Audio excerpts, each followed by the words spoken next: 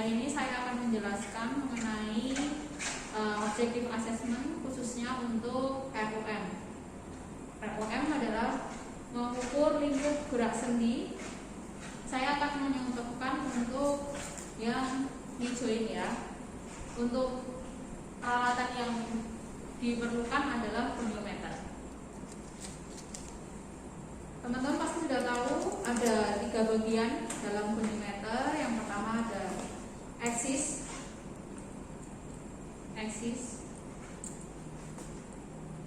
kemudian ada tangkai statis.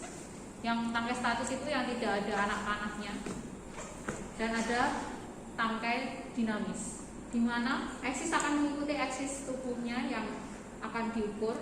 Misalkan untuk knee joint adalah di MTP atau medial tibial plateau, yang di hip joint itu ada trochanter major, kemudian ankle joint itu ada di malleolus. Oke, untuk tangkai statis ini akan mengikuti axilla line ya, di axilla line. Kecuali untuk tes ABD dan ADD untuk tangkai statis akan mengarah ke sias yang di sampingnya. Untuk tangkai dinamis ini akan mengikuti pergerakan yang diukur. Misalkan untuk knee joint berarti yang diikuti adalah tibianya, kemudian untuk hip joint adalah femur, nah ankle adalah hooknya. Oke, saya akan menjelaskan satu dulu, yaitu yang knee joint. Nah, kita mencari MTP. MTP itu kan medial tibial plateau. Jadi dia akan lebih mudah dipalpasi di bagian medial dibandingkan lateral. Cara mudahnya adalah kita memfleksikan pasien. Nah, di mana bertemu ada cekungan atau lipatan, nah itu akan pas di MTP-nya. Nah, ketika dia difleksikan akan ada celah antara kondilus di femur, epikondal femur dan epikondal di tibianya. Nah, itu ada celah di tengah, itu adalah MTP. Nah, itu sebagai axis untuk knee joint. Nah, karena yang nyari di medial akan lebih susah kalau kita misalkan menempelkan gonium di bagian medial, maka kita akan transferkan itu di bagian lateral. Ingat, statis mengikuti axilla line, garis aksila. Dan tangkai dinamis mengikuti yang akan diukur, yaitu di tibia. Kalau posisi terlentang seperti ini di knee joint, yang bisa dilakukan adalah tes ekstensi dari knee joint. Jangan lupa posisikan 0 derajat.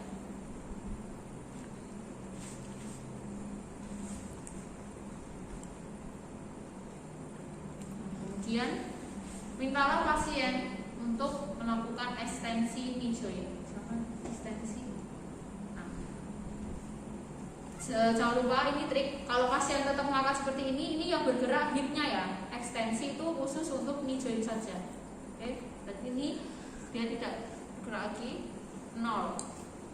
Berarti nilai dari ekstensi knee joint adalah 0. Kemudian kita bisa memaksimalkan ketika pasien kita terlentang, kita harus memaksimalkan apa saja yang bisa dilakukan ketika pasien terlentang. Seperti itu. Jangan dibolak-balik. Misalkan saya mau ukur knee joint dulu, habis ekstensi berarti fleksi. Nah, padahal di fase terlentang ini kita masih bisa memanfaatkan untuk cek di hip jointnya. Jadi tidak perlu knee joint dulu baru hip joint. Tidak, semuanya bisa dilakukan. Mana terlentang, nah itu yang dilakukan. Nah, kalau untuk pasien terlentang di hip joint kita bisa melakukan apa saja? Ya, kita bisa melakukan fleksi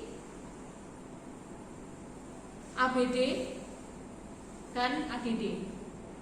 Oke, kita melakukan untuk fleksi dulu.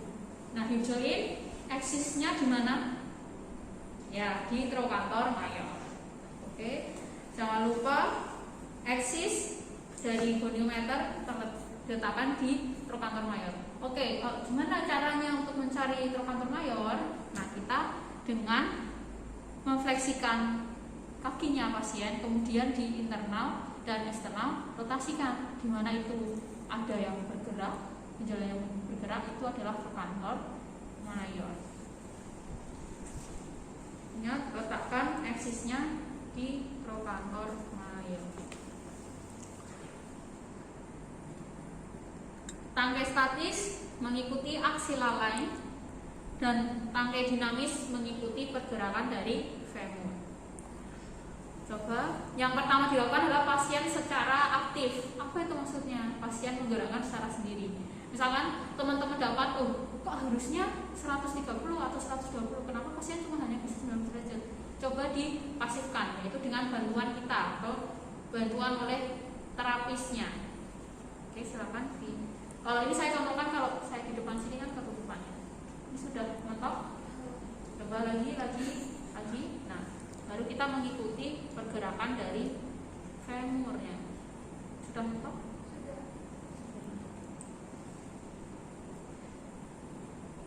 Ini nilainya 110. Ini malah ya 110. Harusnya kan lebih. Kenapa? Ini maaf ya, karena modelnya tidak menggunakan celana yang longgar, sehingga ketika teman-teman nanti ketika asesmen dimintalah pasien untuk menggunakan pakaian yang longgar. Jadi tidak, kalau seperti ini kan mengganggu pergerakan, seharusnya dia bisa maksimal tapi tidak bisa karena gangguan dari celananya. Nah, itu nanti ingat teman-teman untuk pasien menggunakan celana yang longgar sehingga bisa mendapatkan hasil ROM yang maksimal. Oke. Tadi untuk yang hip fleksi. Sekarang bagaimana cara ROM ABD ADD? Yang pertama, eksisnya tadi di mana? Sias, ya, sias. Terus posisinya tidak 0 derajat. Posisinya mulai dari 90 derajat. Yang tangkai dinamis mengikuti femur. Yang statis di sias sebelahnya. Silakan coba, ABD adalah keluar.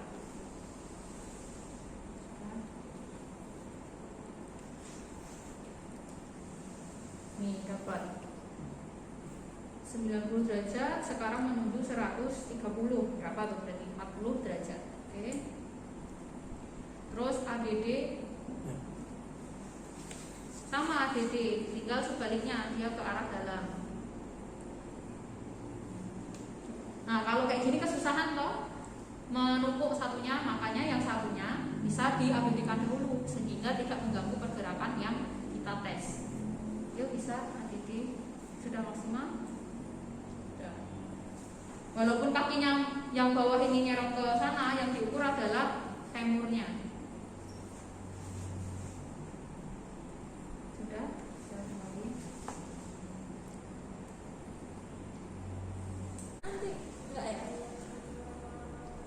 Yang penting kan gitu. Saya ulangi untuk yang dari pandangan dari atas ya, dari superior. Yang pertama, eksis diletakkan di sias, kemudian tangkai statis mengikuti sias sampingnya, dibuat 90 derajat.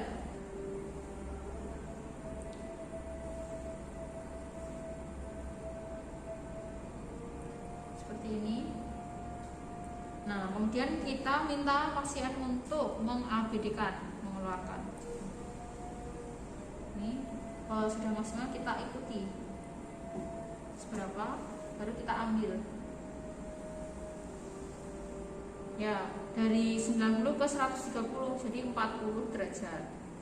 Kemudian untuk yang ADD, sama, masih sama. Tapi gerakan dalam. Nah, kalau dia bergerak seperti ini kan yang kaki sebelahnya mengganggu. Makanya kita boleh untuk menggeser kaki yang sebelah sehingga memudahkan pergerakan pasien untuk ADD. Silakan. Contoh.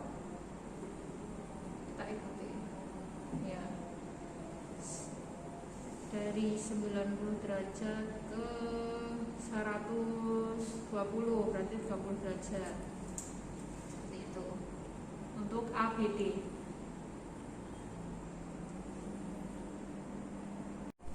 Nah, ini pasien dalam posisi tengkurap. Harus kita tahu apa saja yang bisa kita tes ketika pasien tengkurap. Mulai dari knee, hip, dan ankle.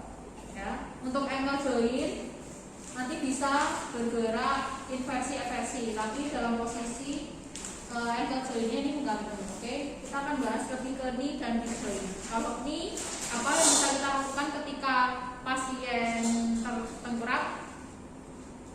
Ya, fleksi knee joint. Tadi masih ingat ya teman-teman, untuk eksisnya ada di MTP, medial tibial plate. Nah, gimana kalian bisa mencarinya dengan memfleksikan knee jointnya, dimana terdapat celah atau di area cekungan atau lipatan ini. Oke, lanjut. Rangkai statis mengikuti hip joint atau axilla line, dan rangkai statis mengikuti tibia. Oke, silakan bisa digerakkan untuk ditekuk. Terus sudah mentok. Ya. Jangan lupa gunakan bahasa awam karena pasien tidak mengerti apa itu fleksi, ekstensi, ABD, ADD, tekuk gimana. Kalau misalkan pasien masih tidak mengerti, kalau kita bicara tekuk gimana, contohkan, misalkan, Bu, nanti digerakkan seperti ini ya. Nah, sampai mentok. Oke. Nah, seperti itu. Oke. Coba lagi sampai mentok. Ya.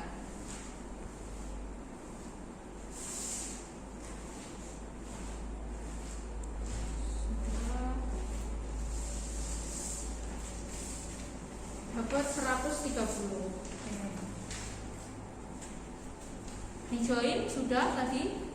Ekstensi sudah, fleksi, sekarang hip joint. Eksis masih sama, ada di trochanter mayor. Caranya masih sama, bisa digerakkan internal, eksternal, rotasi.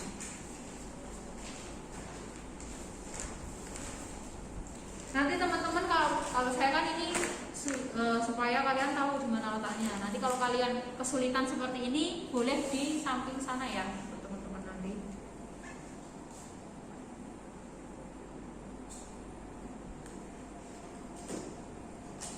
Oke, bisa digerakkan.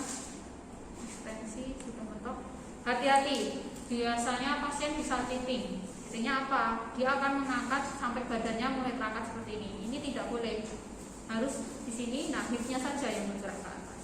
Oke, sudah, silakan. Oh iya, 20 derajat. Itu. Setelah kita selesai ROM, biasanya kita akan serangkaiannya itu MMT. Jadi tidak membolak-balik pasien kan, tapi sudah selesai dalam posisi tengkurap. Untuk tes ROM-nya, sekarang kita MMT-nya. Oke, teman-teman harus diingat, pertama ketika kita mengukur MMT itu tidak dimulai dari nol. Kita bisa melihat ketika inspeksi mereka bisa jalan atau enggak. Nah, kalau misalnya dia bisa jalan, berarti dia posisi 3 itu insya Allah bisa ini ya, maksudnya bisa terlewati. Kita tesnya dari angka 3 dulu. Apa itu keterangan nilai grade 3? Yaitu pertama ada pergerakan, kemudian full ROM, bisa melawan gravitasi. Ini yang sering teman-teman lupa adalah full ROM-nya. Teman-teman sukanya adalah ketika pasien itu sudah bergerak, ya bergerak seperti ini, sudah. Ternyata dia bisa melawan gravitasi, tapi kan tidak memperhatikan full ROM-nya, harus sampai mentok. Tidak hanya cuma sampai setengah gini, oh sudah bisa mengangkat. Padahal ini tidak full ROM. Full ROM adalah sampai seharusnya berapa nilainya, 120. Karena teman-teman tadi sudah bisa menilai ROM-nya. Nah, lanjut, kita akan tes untuk knee fleksinya. Tangannya gimana? Nanti saya akan jelaskan. Pertama, kita tes pasien bisa secara aktif enggak? Secara mandiri bisa. Coba ibu digerakkan ke atas. Sudah Paul? Ya sudah. Berarti dia sudah ada pergerakan full RM dan lawan gravitasi. Oke, berarti kita bisa cek selanjutnya. Nah, kalau misalkan pasien tidak bisa menggerakkan, suruh angkat nggak bisa. Berarti dia tidak memenuhi 3. Nah, tinggal kita tes 2 3 berarti kita tes 45-nya. Yang pertama, tangannya. Karena kita cuma tes knee, berarti hipnya diam. Tangannya kita di atas dari batas knee joint sini. Untuk mengisolasi pergerakan dari hip joint. Kemudian yang tangan satunya gimana?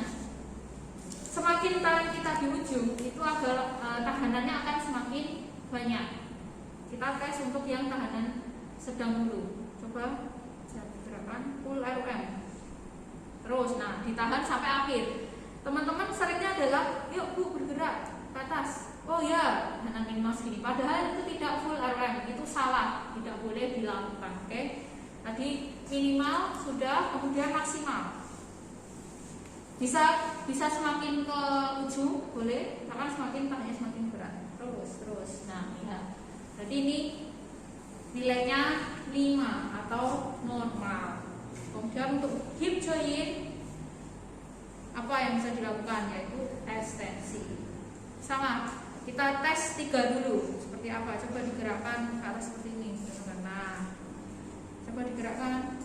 Nah, seperti itu. Oke. Ingat ya, tadi ROM badannya juga tidak boleh ikut keangkat karena yang bergerak hanya hip jointnya. Berarti kita mengisolasi bagian mana untuk tes 4? Ya, di bagian pinggangnya kita tekan bagian pinggangnya. Kemudian kita tes untuk yang minimal dulu. Silakan. Ya, bisa. Lanjut, kalau maksimal kita semakin di ujung. Di distalnya. Oke, 1 2 3. Ya. Nilai 5. Ya, ini posisi miring, kita tes MMT-nya. Kalau posisi seperti ini sudah ketahuan apa yang mau dites? Ya, ABD dan ABD. Untuk nilai berapa?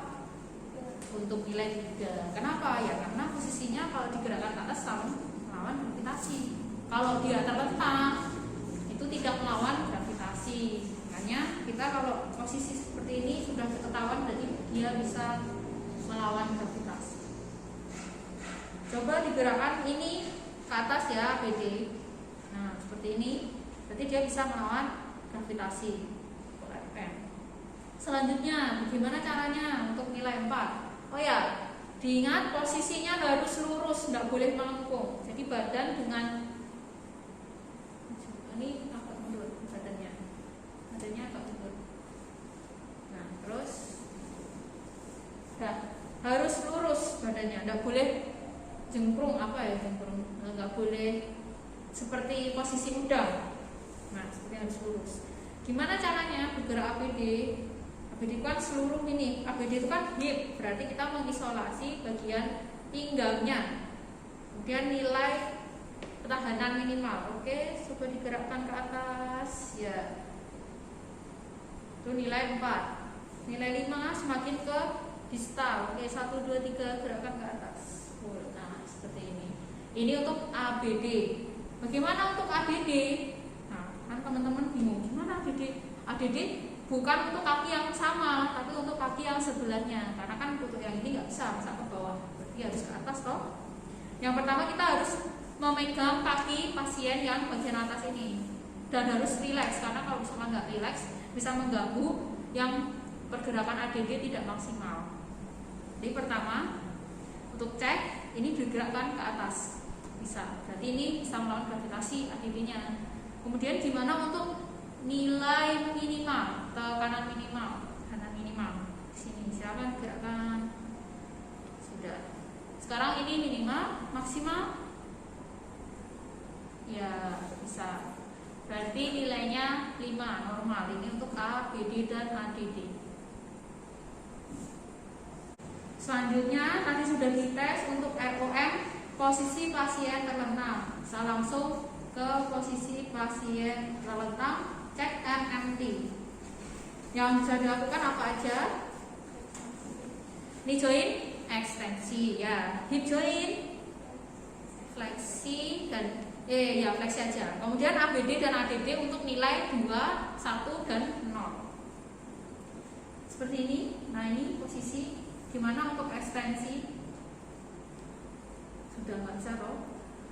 Nah, ini boleh. Kalau atau posisinya adalah duduk, bisa posisi duduk. Nanti saya akan cek yang posisi duduk. Sekarang yang hip joint untuk posisi fleksi.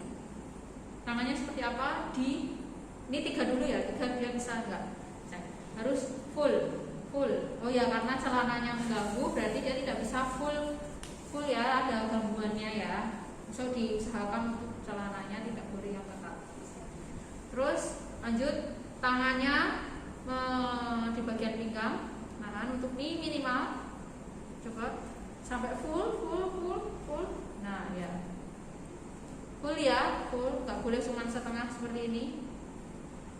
Kemudian nilai 5. Terus ya, nilai 5 seperti itu. Untuk ABD-nya bagaimana? Ya seperti ini, dia cuma bisa bergerak gini. Nah itu posisinya adalah dia nilainya 2, dia ada pergerakan tapi tidak melawan gravitasi seperti itu. Kalau Bu gimana kalau nilai 1? Ya kan tidak ada pergerakan loh, dia hanya ada kontraksi. Jadi misalkan ada cuma kalian pegang ternyata dia berubah tegangan dari ototnya, dari yang biasanya tidak ada gerakan itu lemes banget, terus tiba-tiba kalian pegang, coba gerakan, terus tiba-tiba ada denyutnya itu, nah itu adanya kontraksi, itu nilai 1. Kalau 0 dipegang udah layu, nggak bisa ngapa-ngapain, nilainya 0. Nah, selamat pagi teman-teman. Hari ini saya akan mempraktekkan cara gimana Thomas test. Apa itu Thomas test? Ya, untuk mengetahui adanya kontraktur fleksi pada hip joint. Yang pertama dilakukan adalah kita tahu mana dulu yang mengalami permasalahan, bukan yang mengalami permasalahan. Misalkan yang sebelah kanan ini pasien mengalami amputasi atau pasien mengalami kelayuan. Kita tahu pengen tes dia ya sebelah sini itu mengalami kanan mengalami kontraktur fleksi hip atau tidak. Yang dilakukan fleksi itu adalah yang sunsetnya, yang tidak mengalami permasalahan. Kita minta pasien untuk memfleksikan hipnya full. Boleh ditahan dengan tangan. Nah, 1, dinyatakan dia negatif apabila hip jointnya bisa masih lurus dan tidak ada yang namanya, tidak ada sebelah sini ya, kelihatan ya, sebelah sini tidak ada kenaikan lumbar lordosis. Atau kalian untuk cek lagi, memastikan kalian selipkan tangannya ke sini. Saya kan agak susah, saya pindah ke sebelah sini ya. Ini saya masukkan ke bagian bawah lumbarnya. Kemudian pasien memfleksikan. Ini lurus dan tangan kalian makin ketimpa. Berarti kan dia tetap lurus ya. Itu dia negatif. Jadi dia tidak ada permasalahan di fleksi hipnya, tidak ada kontraktur. Nah, apabila pasien itu mengalami positif, itu ada 2 kemungkinan. Yang pertama, ketika diangkat, yang sunsetnya fleksi naik, yang untuk permasalahan naik. Nah, ini dia mengalami kontraktur hip fleksi. Ini bisa diukur dengan goniometer. Silakan letakkan seperti mengukur fleksi hip, RM fleksi hip berapa derajat. Atau misalkan pasien mau cheating atau mau curang, ini tetap bisa lurus, tapi pasien di bagian lumbarnya itu lordosis atau cekung. Nah, tangan kalian loh kok longgar, bisa masuk sampai sana. Nah, longgar, nah itu dia mengalami hip fleksi kontraktur. Nah, kalau lordosis seperti ini gimana cara ngeceknya? Ya tetap pasien misalkan, Bu coba ini jangan dinaikkan perutnya, tetap, nah ini pasti yang sebelah sini akan naik. Karena itu namanya kompensasi ya. Akan dicek. Assalamualaikum warahmatullahi wabarakatuh. Saya akan mempraktekkan cara tes stabilisasi pada knee joint. Nah, ada tes apa aja? Ya, AP drawer test dan tes valgus varus. Kita lakukan tes yang drawer test dulu. Bagaimana caranya? Ibu jari tangan menekan bagian tibial tuberosity. Ya, kalau bingung berarti bawahnya dari patella tendon. Kemudian 4 jarinya ngapain? Nah, tekan di popliteal area.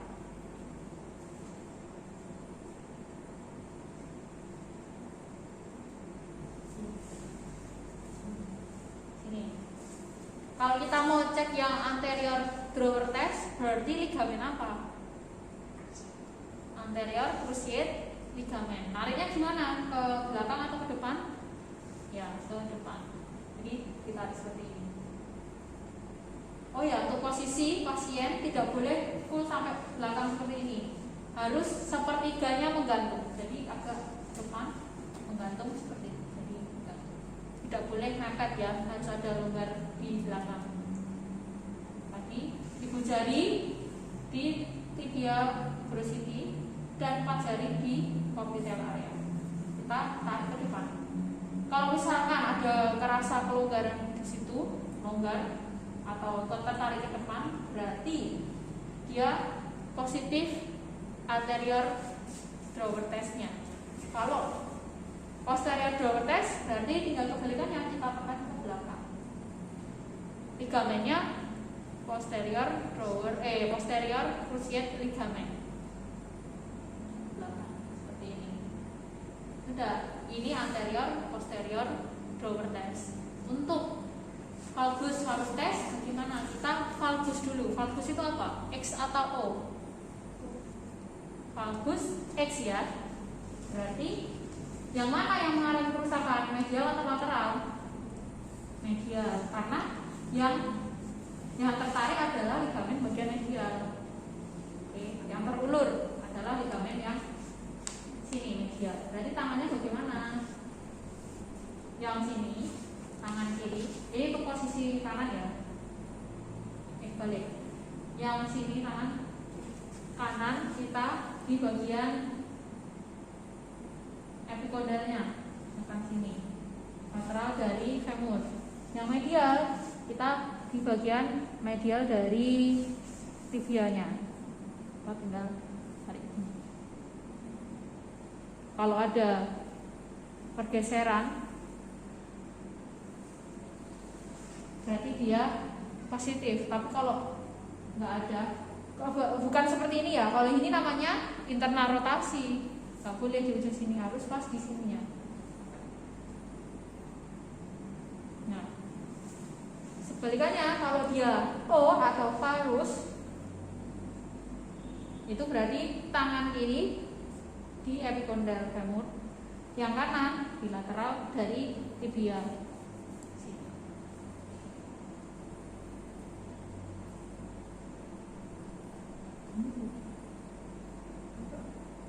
Nah, kalau misalkan ada pergerakan, berarti dia positif. Kalau tidak ada, ingat, bukan seperti ini. Kalau ini namanya eksternal rotasi. Ingat, jangan cuma oh iya ini, oh iya. Nah, ini namanya rotasi. Kalau seperti ini, nah di sini ya yang berlonggar di sini, itu dia positif. Kalau longgar, kalau enggak ya berarti